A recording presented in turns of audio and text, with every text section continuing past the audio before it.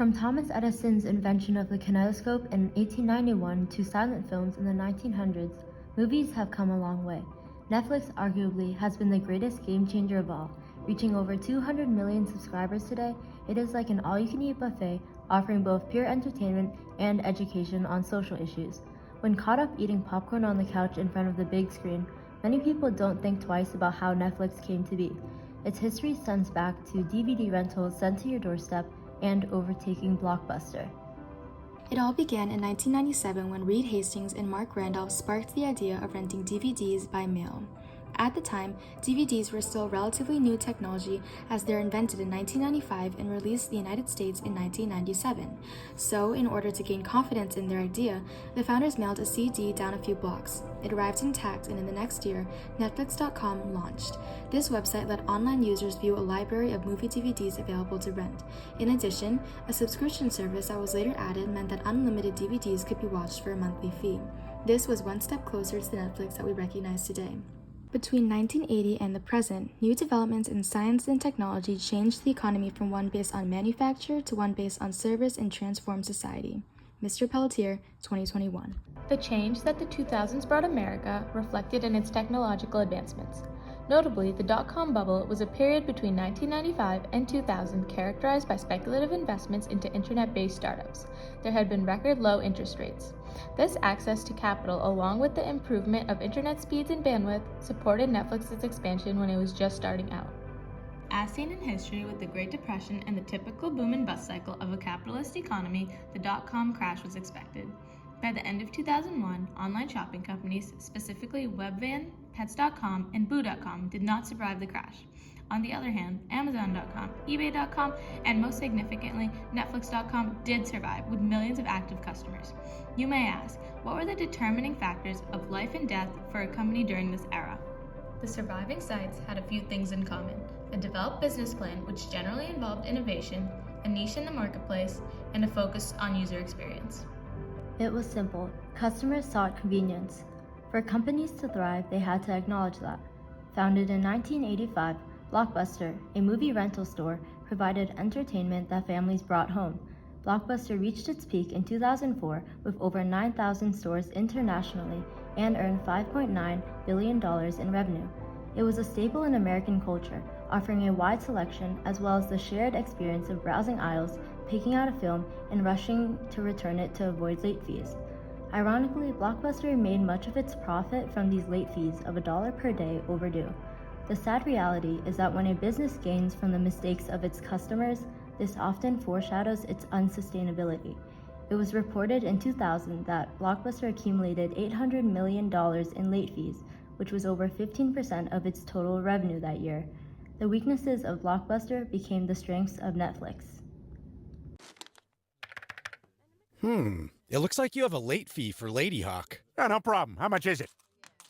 $32,419. Sorry, but we're pretty strict about our late fees. We kind of blew up our whole company for them, so... Netflix's subscription-based model would eliminate the problem of late fees and due dates that made Blockbuster unappealing. After all, paying more in late fees than the actual cost of the rental was absurd to many customers. However, as a relatively new company that did not want to compete with King Blockbuster, Netflix pitched a $50 million partnership with them in 2000. The plan was for them to join forces, with Netflix running the online component and Blockbuster running in-store business. Unfortunately, Randolph posted on social platforms LinkedIn and X that Blockbuster laughed us out of their offices, and the deal fell through. That's the beauty of entrepreneurship. It comes with risks and rewards. Blockbuster likely looked down on Netflix at the time, and this graph comparing revenue shows why. Netflix's growth was not linear. For it to continue its glory, service offerings had to become more unique and diverse. Netflix's solution was to introduce personal movie recommendations using the sign match algorithm. This algorithm was a win-win, as profits rose and customer satisfaction improved by making it easier for individuals to find more of what they liked faster. It all led to a significant shift in Netflix that made the bulk of its bank: streaming. In fact, 80% of hours streamed are discovered via recommendations. Reed Hastings outlined this master plan in a letter to investors for the coming 2007 year. Hastings and Randolph decided to introduce streaming as a way for customers to save money through watching unlimited movies. This was a pivotal moment. Hastings said that his strategy was to vigorously grow his subscribers through DVD first and then transition them over to streaming. He also wrote about the power of their main competitor, which he does not name, and how their competitor's new product offering may not be financially sustainable, but still has the potential to hurt Netflix's subscriber base. Hastings' audience was the shareholders, so his goal was likely to convince them that their investment would be worth it and contribute to a growing, successful company. He purposely detailed statistics that proved growth in subscribers and revenue, such as stating that Netflix increased its subscriber base by 51%. Along with this, he highlighted that this increase allowed the company to invest in growth and product enhancements while also exceeding its profit goals. He most likely wrote with a biased perspective that left out specific struggles that the company faced, resulting in an overall confident but not cocky tone. Being the co-founder meant that he continuously had to keep the unforeseeable future in mind. What can we see from this? Well, Netflix is a successful company not through luck, but through skillful planning based on past performance. Rather than letting competition ruin Netflix's morale, it pushed through and admired its accomplishments along the way, all while prioritizing customers. Today, content on Netflix is available in over 37 languages and 190 countries. 2010 marked Netflix's first international move into Canada. Just 1 year later, Netflix tapped into the growing demand for digital entertainment by extending its service to 43 countries in Latin America and the Caribbean. A small company was transformed into a global leader in entertainment. By investing in original content such as Stranger Things and international hits like Money Heist and Squid Games, Netflix further solidified its appeal and empowered itself. It developed region-specific content and adjusted its prices to suit local economies. This customer-centric approach ensured that Netflix arrived with a purpose of improving quality of life rather than disrupting it. Among its top competitors to this day is Amazon Prime Video, which integrates with Amazon's broader ecosystem of perks like free shipping and exclusive deals for Prime members. Another major competitor is Disney+. Launching in November 2019, Disney+ rapidly grew in popularity due to its library of franchises. Disney's deliberate decision to remove its content from Netflix and present it only on Disney Plus compelled fans to convert to the new platform for access to popular series and movies that they previously sought on Netflix. Netflix appeals to a wide demographic range. Netflix's original series, 13 Reasons Why, addresses the stigma surrounding mental health, while The Umbrella Academy is known for its captivating superhero narrative. Series like these have kindled online communities that explore plot developments and share fan theories. Although many Americans turn to streaming platforms to kill some time in their day or laugh a little, Netflix has incorporated more serious topics into its website. 13th explores the history of racial inequality in the United States. African Americans represent a disproportionate population of the nation's prisoners.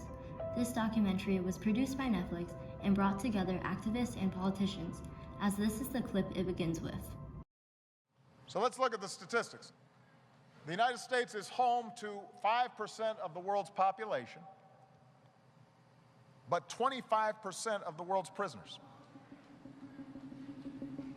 Think about that. Advancements in TVs and smartphones have profoundly impacted Netflix's accessibility. Netflix has reached beyond the living room the way that traditional cable never could. Pausing or rewinding content at any time has also become a norm, providing viewers with control over their entertainment experience.